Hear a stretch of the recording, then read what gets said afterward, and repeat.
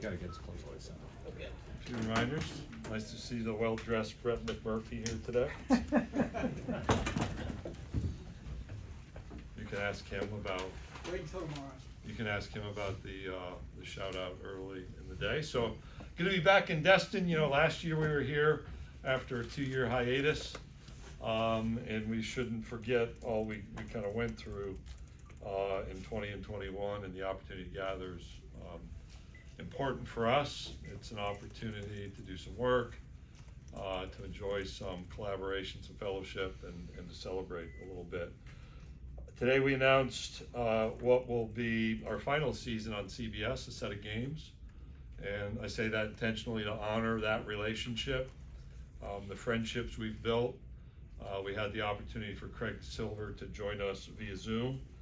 I know that they've got other opportunities and we have other opportunities, but we look forward to their work in the season ahead. Know that it will meet their high standards and we will meet our own competitive standards for bringing people in to the excitement of our games.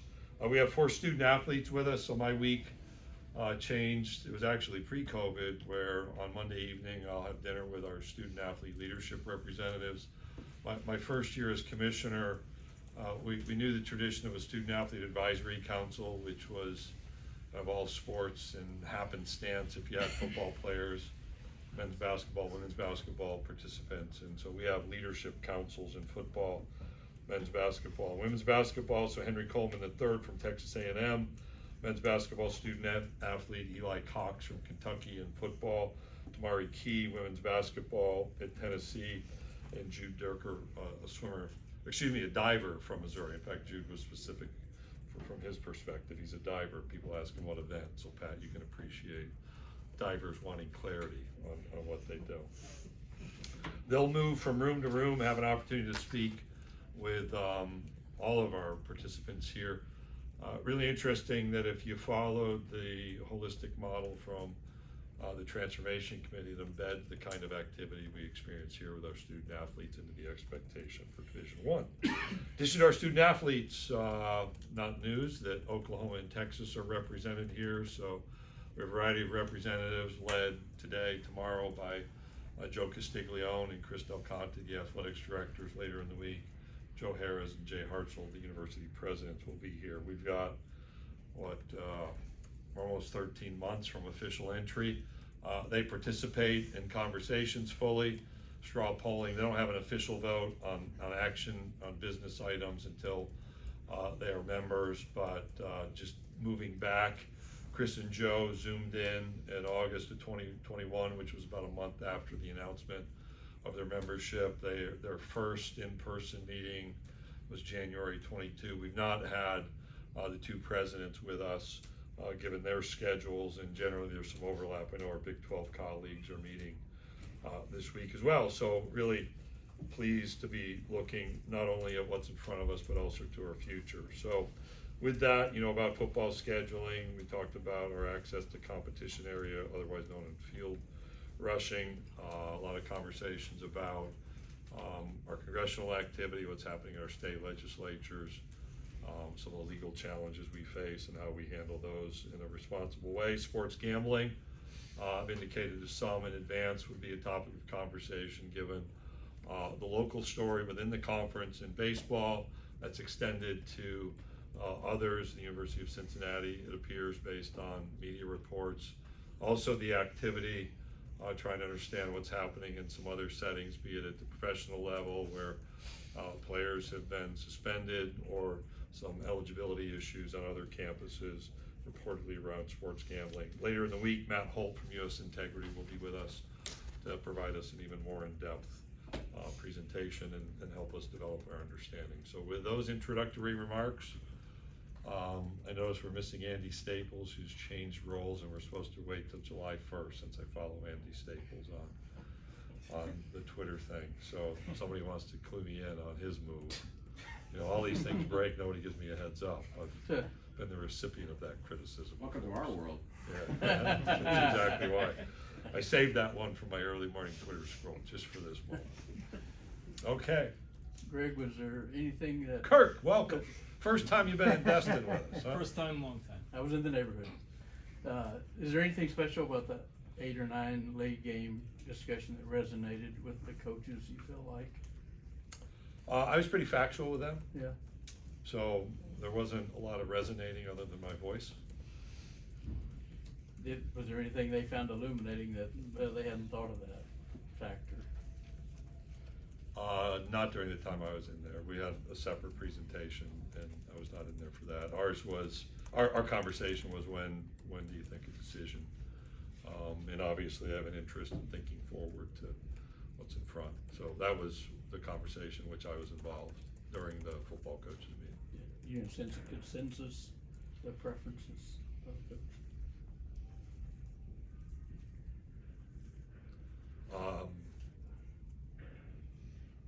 I think I was trying to figure out what I sensed. We covered a range of issues there. I sensed a trust level in our decision-making process. That's my sense. Do you sense that the plane will land this week on scheduling debate? We'll see. I give you something to write. Greg, what would make the, what would make the As I SEC, said. what would make the SEC interested in further expansion beyond the 16?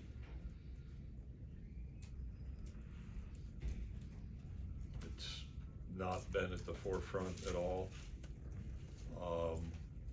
So thinking back to my past expansion moments, nobody wanted to write about the Southland Conference power play in July of 1996 when we added Lamar in southeastern Louisiana, and did not add Centenary or Oral Roberts and UT Pan American at the time. And I never had to think of it again, really, in that league. And here we had opportunities presented to us, but it's really not an active thought process.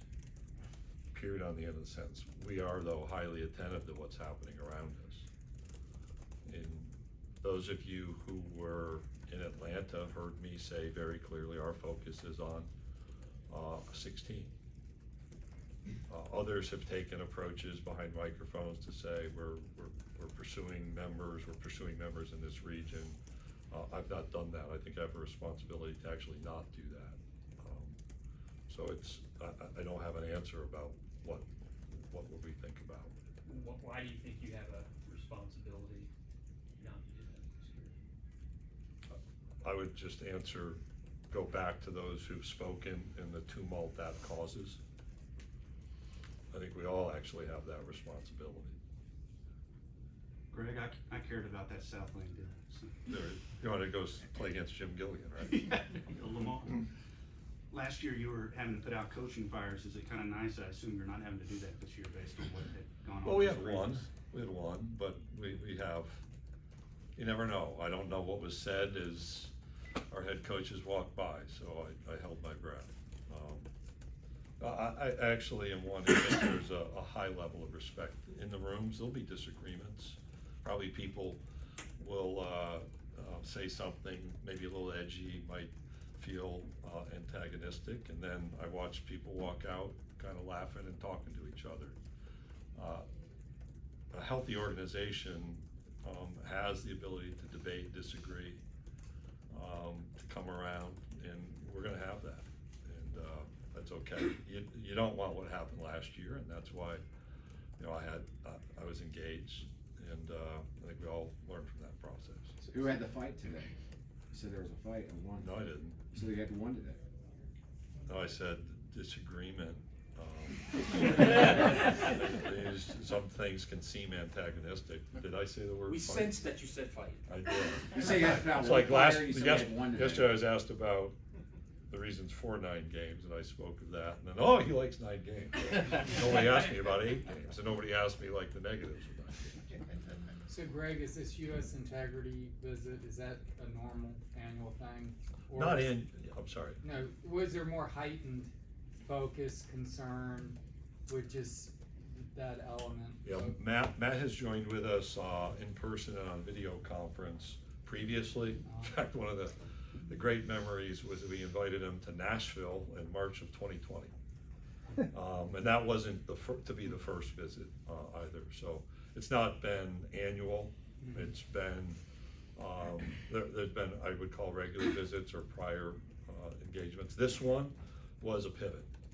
So one of the lessons in life is when things happen, you're gonna have to adjust. And so we reached out to Matt, asked him to help us learn from him, bring us up to speed on the latest, help us think about educational efforts going forward. Where might our states be needing to adjust some of their oversight? So it very specifically was about what's happening around us. Yeah, Coach Drinkwitz made a connection with NIL, money available to student athletes now at a level they never had before. Because I asked him about gambling, he kind of tied into that. I don't know that he was making a complete connection, but he was saying they have more access to, money and things to do things like gamble. I mean, do you see any connection there? I mean, what do you attribute, I guess, the heightened level of concern? Just the access? Well, there to are it? 38 states that have legalized Yes, gambling. okay. And I think separate from, I'll be happy to come back to Eli's observation, 38 states since, May of 2018 have adopted legalized gambling. I guess 36 because New Jersey and Las Vegas or Nevada had legalized gambling. So what's causing it? There's much more access. It has become enculturated, and I think you can go back to some of my comments since then, and I warned about the enculturation of gambling, and people will behave differently, and that is what we're seeing.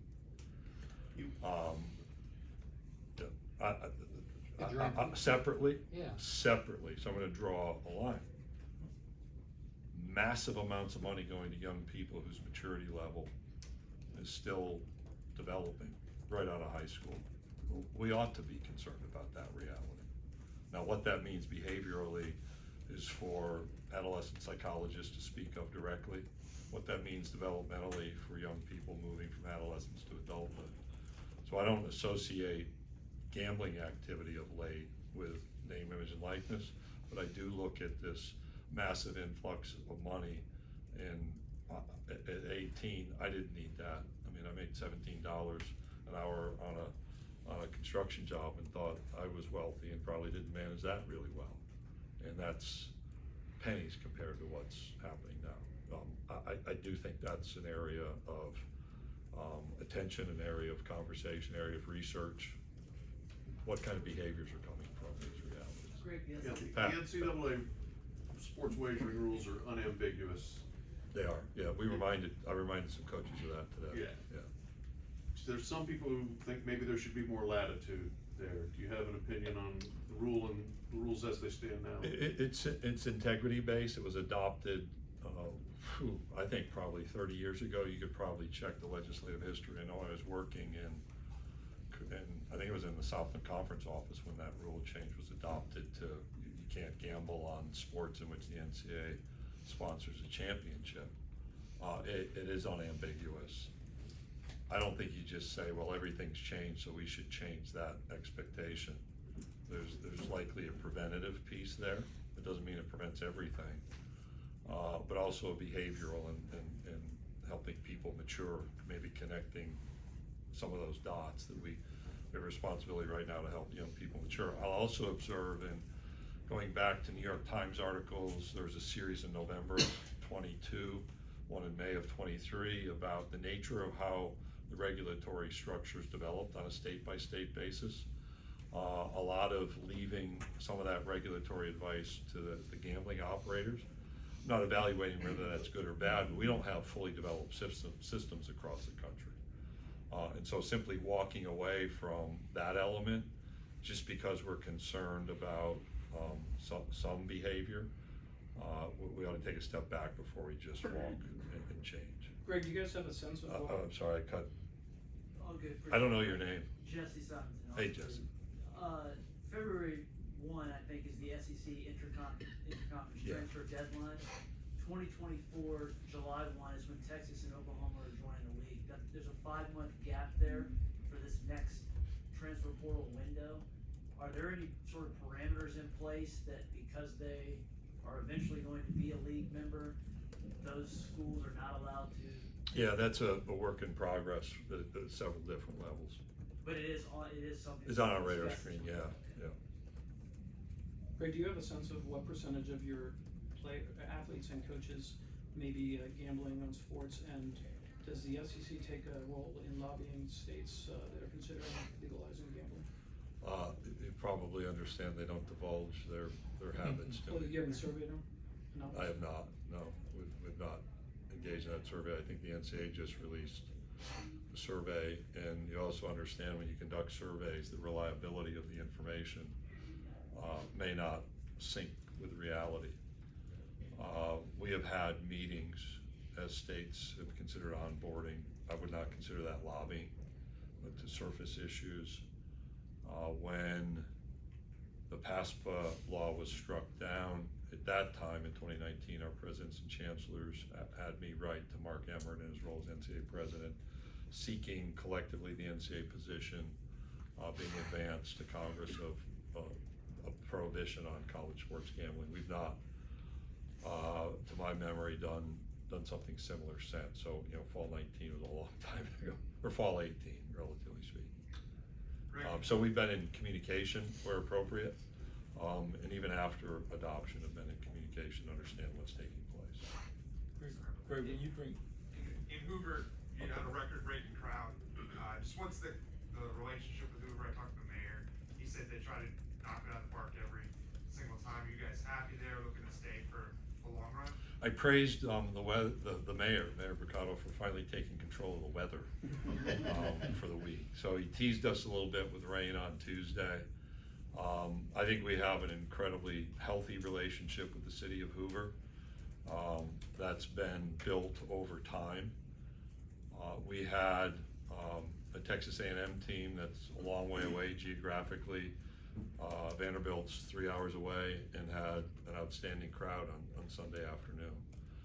And that kind of just builds back to what we saw Tuesday night. I was not feeling well, so I was home, and with delays and rain, we had a full stadium, as I recall, wherever Herb is, full, and then that multiplied itself out. So we've drawn people in there. I drove through the RV lot. I don't think people understand what's happened behind the scenes. And then I walked through the RV lot and had, people handing me food and adult beverages. I did not partake since I was on duty. So there's something special there that we want to be attentive to our future. We have another year on our agreement. We want to work through considerations pretty quickly. But I think what we've done there is really the envy of a lot of people. Do you get regular overtures from other cities that want to host? Sure, yeah. Any in Texas? Sure. Lots. Yeah. There were some, Remember, one thing about our baseball tournament is I view this and I sell this as a predicate to what's going to happen this weekend and next weekend in Omaha. It's regional supers. Those aren't played indoors. A lot of people want us to play indoors. I think we'll think about that. When you also see, like on Tuesday, a 2-hour rain delay, if you think about a baseball team's regular season, hey, first pitch is at 1 p.m. We know exactly the order of preparation. Brent, you played. John Skeeters kept an orderly process at Sam Houston State.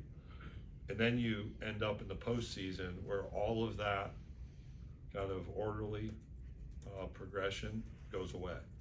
You come to our tournament, you might have first pitch at 9 p.m. We had a game that went to almost 3 a.m. We're hoping not to have that any longer. The year that happened, the next week I'm watching a regional where we've got a team playing at 2 a.m.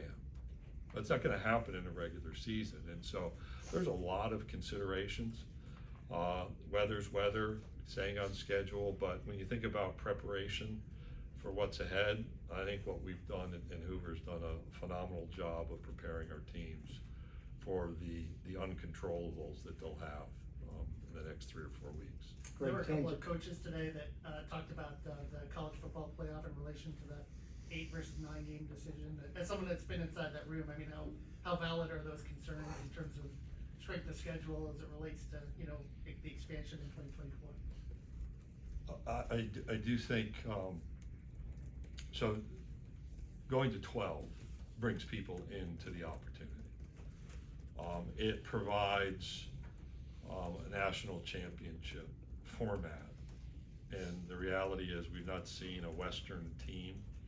I think TCU's the most Western team, right, since, was it Washington in 2016? And so when I look at the expansion, the reasons for that are to bring people in to create opportunity. I think for us, with an 8 or 9 game schedule, we'll still carry forward multiple teams being under full consideration. You look at the way last year ended, it shows the strength of the conference. A wonderfully close game with Ohio State, which shows there are a lot of teams that can compete at that level. We had teams 5 and 6, and I don't think either one of those schedules is simply going to exclude people. I actually am one who views that we can build upon our strength with either. Dovetailing off that, what do any of us know for sure about 26, other than there's gonna be 12 teams in it? Because Bill Hancock's kind of said that, like, all Yeah. bets are off. Well, I showed up in Nashville on a Monday in March of 2020, and on Tuesday I went to a dinner and said, we're gonna have fans and we're gonna play basketball. And on Thursday we weren't. So what does any of us know about Right, right, 26, if right. we're honest? Think about today as a New Testament verse, because tomorrow's got enough worry for itself. It's the Sankey paraphrase. Yeah, there's a great deal of work to do. I mean, very directly, the loss, the delay of over a year is enormously impactful from a preparation standpoint, both for 24, 25, and 26. People had their reasons. It certainly pivoted quickly, and now we're catching up. And it was disappointing while it took place. It was hard to understand. It was hard to understand the reasons for the delay and the opposition that would allow one to address the opposition. And we lost that time, and we've got a lot of work to do. Do you think the 6 and 6 will stay? Yeah, I know it's. Yeah, I do. Yeah. I mean, I haven't seen a better alternative given the various interests. Conference champion access, expansion, making sure the best teams are there. Yeah, I think so. At least that's the way people voted, so if that's an indication, it will stay. Would you be intrigued by 12 at large, starting in Oh 26? yeah, I was open from the beginning. Now, this is not, if anybody's gonna break news, because I've seen things that I say that are breaking news, I said I'd be happy with no AQs at all in the playoff. Greg, can I pivot back to gambling for a second? When you bring in U.S. Integrity, are you looking for solutions in some way, shape, or form? Like, what more can the conference do? I know I don't want to belabor the injury report thing, but No, in some ways. anything else? Yeah, in many ways, or in some ways, U.S. Integrity is a solution. So the fact you have a reliable, respected business entity that provides that kind of monitoring service, that is one of the solutions that we implemented back in 2018. And it provides a flow of information, and it's also illuminating. Like, learning what Vegas knows will open your eyes. And I mean that as a compliment, because I told a story of having been at a visit with the general manager of the Harrah's Casino. There was a riverboat in Shreveport, Louisiana, like in 1990. Oh man, 95. Southland Conference sponsored trip. And when I left an hour and a half later, I walked out thinking that was the best business person I've ever had a meeting with. I mean, they just know their business. And so U.S. Integrity is part of a strategy and can provide us real-time information on what's actually happening, the growth of sports gambling activity, to a certain extent, I think the demographics. One of the points that I've learned, not through U.S. Integrity, but there's some publicly available information, is the amount of licensing revenue and tax revenue flowing to states. By memory, New York State, with mobile gambling and retail gambling, it's about $1 billion. Well, when you look at state budget challenges, they're not walking away from that money, it seems. So that is part of the learning experience that in addition to their part of the strategy, they can help us understand the emergence, where there's mobile betting, how that's monitored, how geo fencing works or doesn't work. I mean, just, you can go down kind of a stream of issues that we've got to be attentive to in this new world. And you have always been, it seems, cautious about this space. There's always been this idea that college sports would try to move into this space as far as, you know, like, hey, can we do some advertising here or things along those lines, because obviously it's such an active market. Has what has played out over the last few months made it less likely that the SEC would engage with that market? I think it's even more sophisticated conversation than it was before. We've had discussions about the data management issues, learning about the legality, learning about the providers, learning about the benefits. And so our instruction is to continue seeking that information to determine whether or not there is an appropriate relationship. That may be part of the strategy. That may be part of how we monitor this. I just want to take you back, because the care in my career. I coached a golf team in Louisiana, had to dismiss a player who was involved, you know, as a go-between, a runner.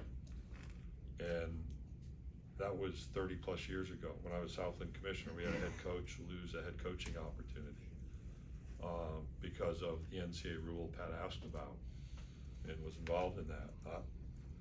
Those are highly uncomfortable circumstances. We now have the issues emerging as it's become enculturated.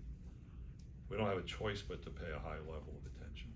I told our football coaches that the simple solution of we want an injury report is not what I'm going to think about, but as information becomes more and more in demand because of the increases in sports gambling, we're going to have to think about a sophisticated response to managing our information. All of those are strategies. Probably some of you want me to just tell you we're going to send an injury report out every Wednesday. We're not even close to that, but we're watching a change and we're going to have to adapt to that change. Did I answer that? Somebody was going to ask me something. Does data licensing help that, what the MAC has done?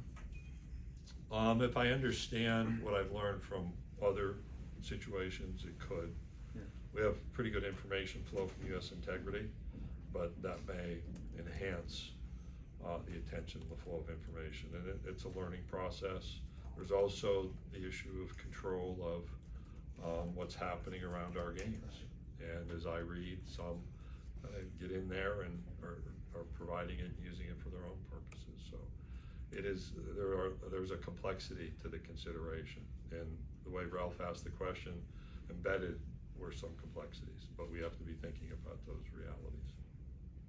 Great, whether it's gambling or NIL, how do you, from a leadership perspective, kind of navigate when, you know, a state legislature's best interest is conflicting with, you know, what you'd like to see as the conference's best interest? Yeah, that's an interesting question. That's the first time I've said that all day.